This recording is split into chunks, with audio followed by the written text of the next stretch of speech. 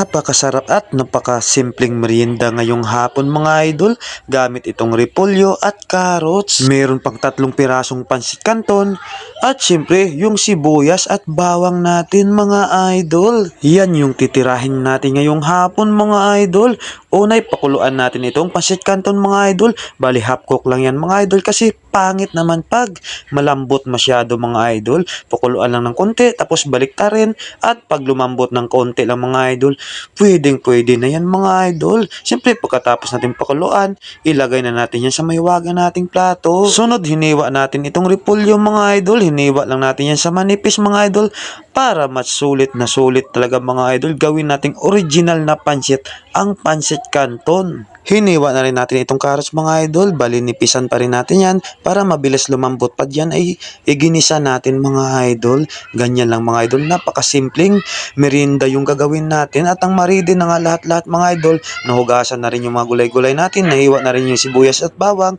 Gigisahin na natin yan sa mantika mga idol. Hintayin lang natin uminit itong mantika mga idol. Sunod ilagay natin itong sibuyas at bawang. Gigisahin lang natin yan mga idol at nang magkulay ginto na ilalagay na natin itong carrots natin. Uunahin natin yung carrots sa paggisa mga idol kasi yan yung medyo matigas mga idol. Sunod ilagay natin itong repolyo natin. Bali half cook lang yung tirada dyan mga idol. Sunod halu-haluin lang natin yan mga idol. Tapos lagyan natin ng kaunting tubig mga idol. Kalahating baso na tubig lang mga idol.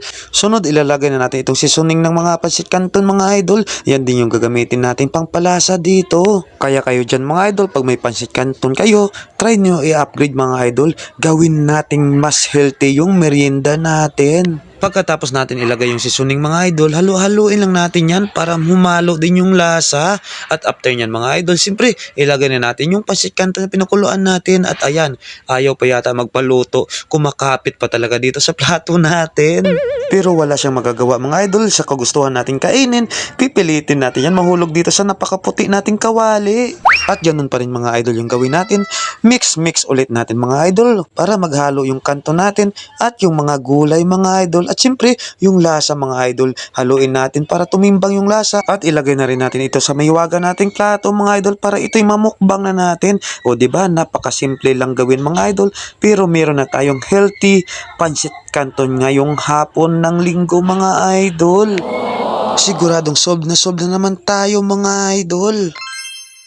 At ito na nga yung gawa natin mga idol, upgraded na pansit canton. Siyempre partneran natin ng muna yan with Coca-Cola mga idol kasi nga medyo uminit na yung panahon ngayon. Magpalamig na naman tayo mga idol.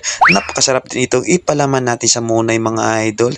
Try nyo mga idol, nako baka magustuhan nyo at ulit-ulitin nyo mga idol. Kaya pinagsalo-saluhan na namin itong mag-asawa mga idol. Ganon din si Mrs. Pinalaman din sa munay.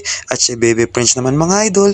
Inuulam yan sa kanin. Siyempre, hindi lang to pang palaman. Pwede din talagang pang-ulam mga idol. So nice. Napakasarap talaga itong upgraded natin na pansit canton.